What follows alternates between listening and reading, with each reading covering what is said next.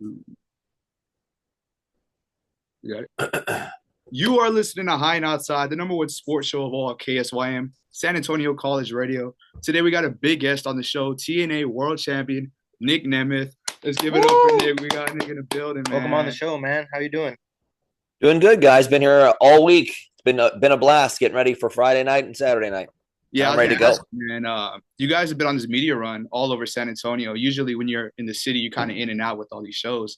How have you been taking it in this whole media run? Uh, Normally it is in and out, but for most of my time with TNA, world champion or not, I've been doing a lot of a day or 2 or 3 days in town early. But it's sadly it's not a lot of sightseeing. Yeah, It's mostly nonstop PR stuff. Media mornings, we go do a morning show, come back to the room, do 15 or 16 Zooms in or back to back, go out and do another signing, do an appearance, and so we've been bouncing around. We even got to go to the Air Force Base, which is pretty cool. So we did so many different things, but it was just mostly just get the word out about Victory Road coming here to San Antonio and Texas being a great place for wrestling anyway.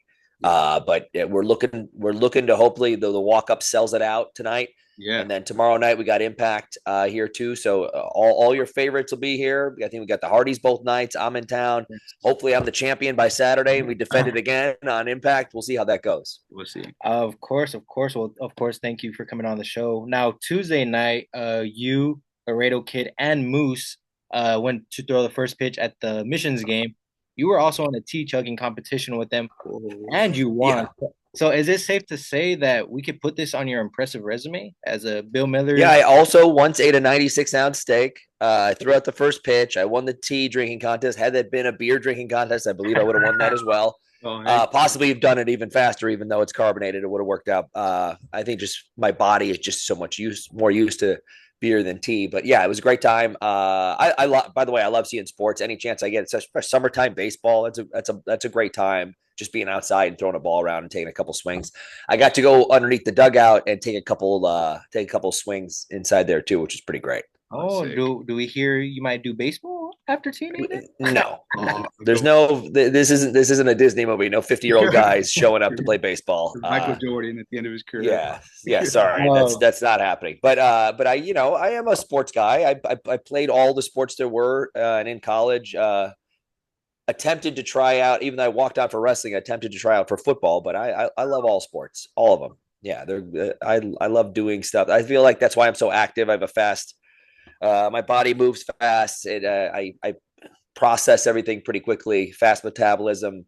I love playing sports. I love doing anything. I feel like that's what really translates to wrestling. Just in 20 years, I feel like something along the lines of a Cal Ripken Jr. to where I was unavailable for 3 or 4 televised events in about 20 years. Nice. And that record will never be touched or even remotely close in the past, present, or future. And I feel like we should focus on that a little bit more.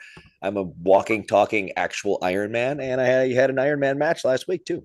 There you go. There you go. Well, we're going to kind of get to the more meat side of this main event that you have going on.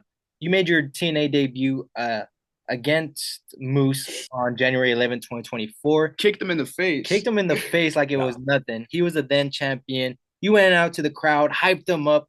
8 months later, you're the current champion against Moose, who wants his belt back. But I got to ask, what's your thoughts heading into this?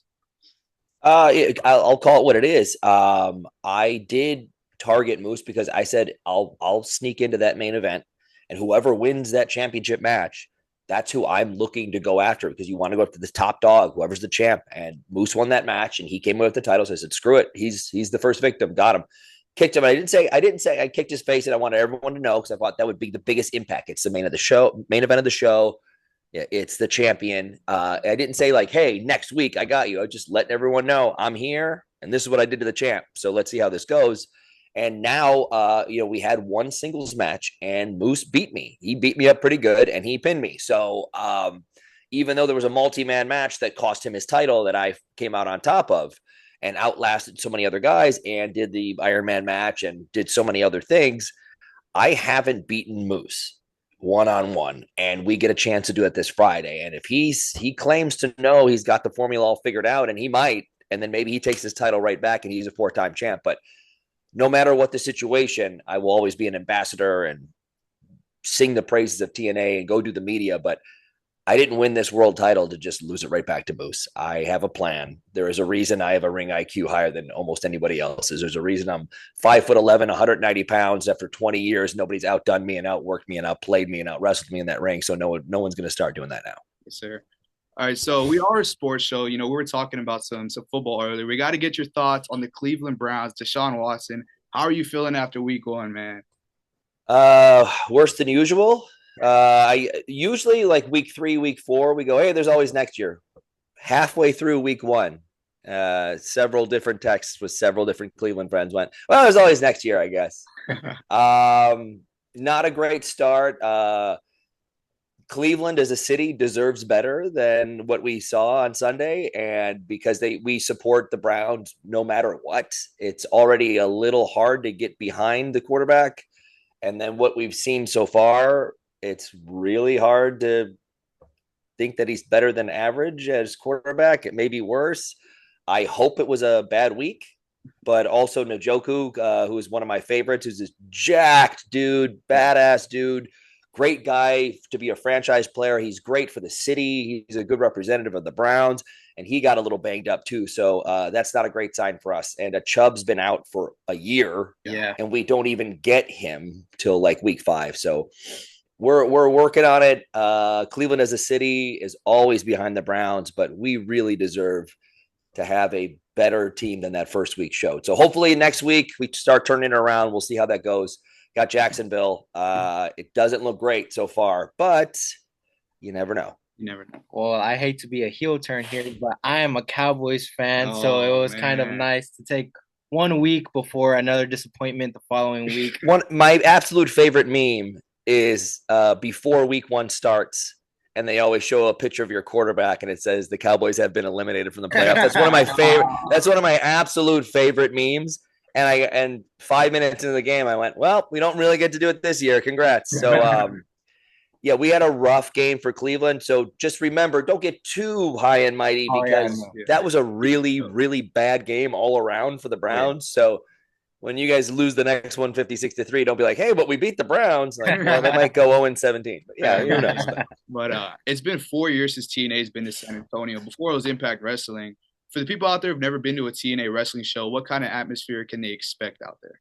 Dude, it rules. All wrestling shows are fun, but with TNA, I'm just so proud of the roster. They've since I've come on board, it was already the foundation was laid with the people behind the scenes, the infrastructure, the blueprint. Scott Demore, now Ariel, Tommy, Gail.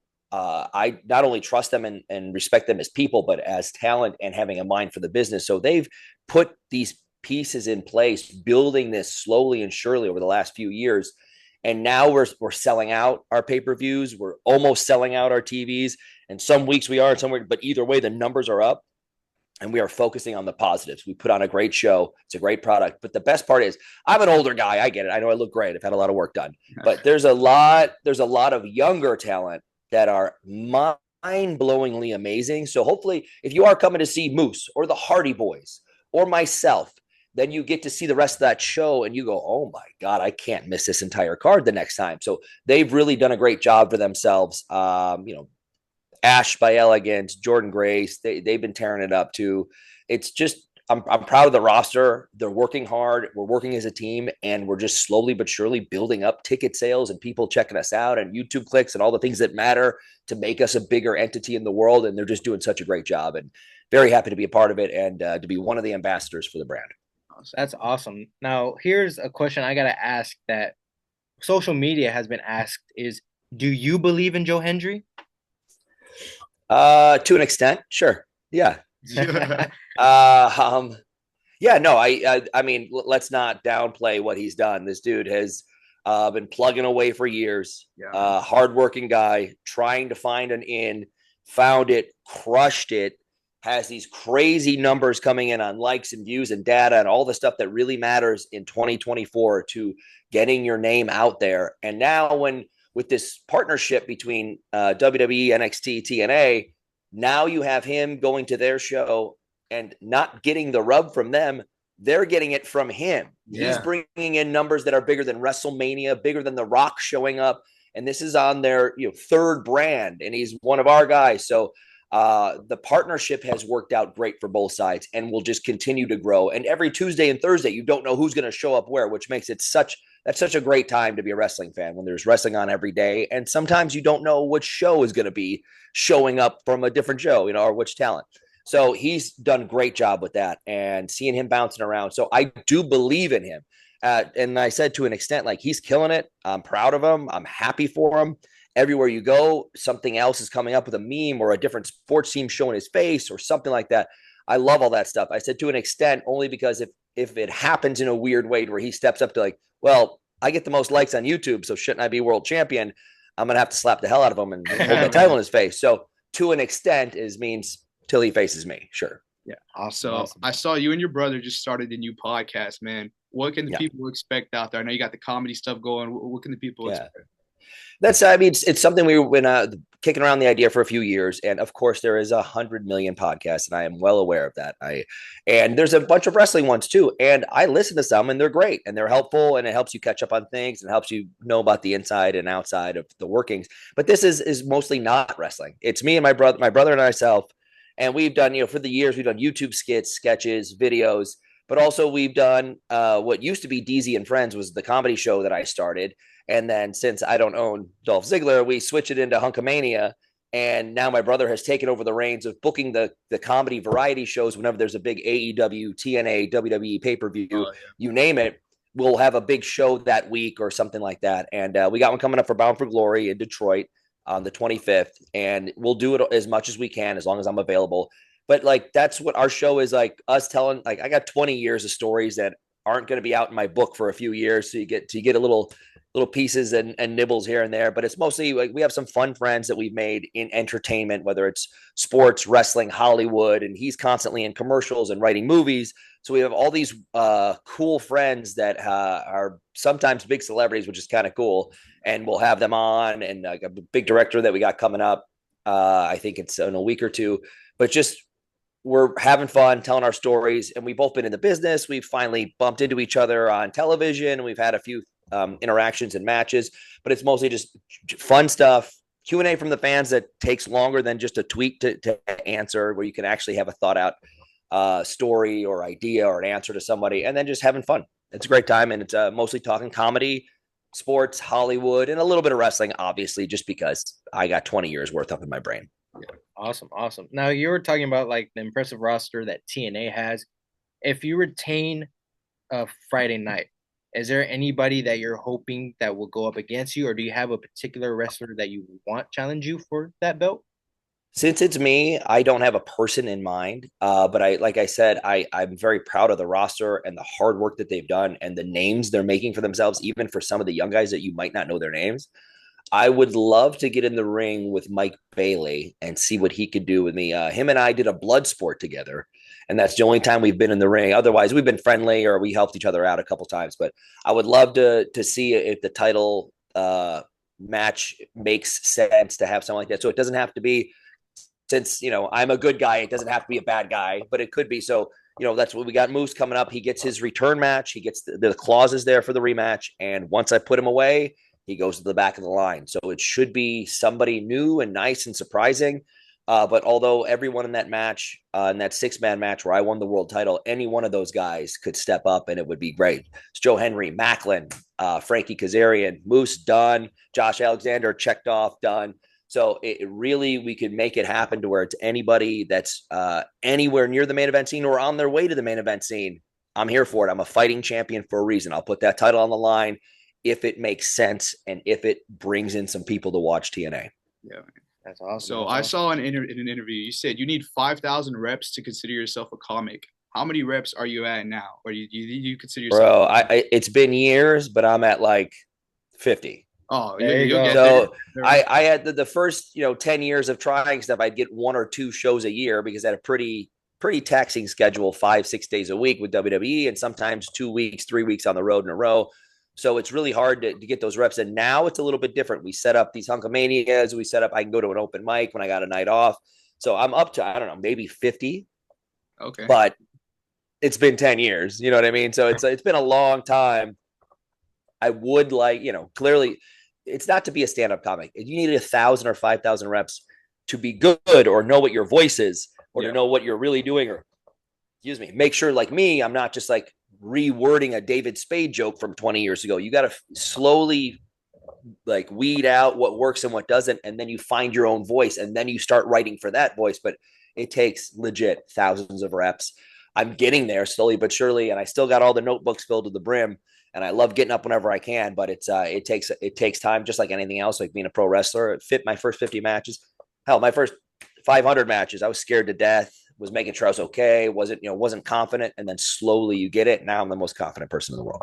All right. That's great. You guys heard it. You guys heard it here first. Victory Road will be tonight and tomorrow at the Boeing Center at Techport. Thank you for being on the show, man. It's been great having you. You got it, man. It'll be a great time tonight, great time tomorrow, and tomorrow night, Saturday night, I'm one of the handful that have the meet and greet afterwards. So Yes. all the kids, family, we have a good time, give back and talk to them for a few minutes. It's always one of my favorite things to do. Awesome. All right. You guys have been hanging outside with me and Ray. See you guys later.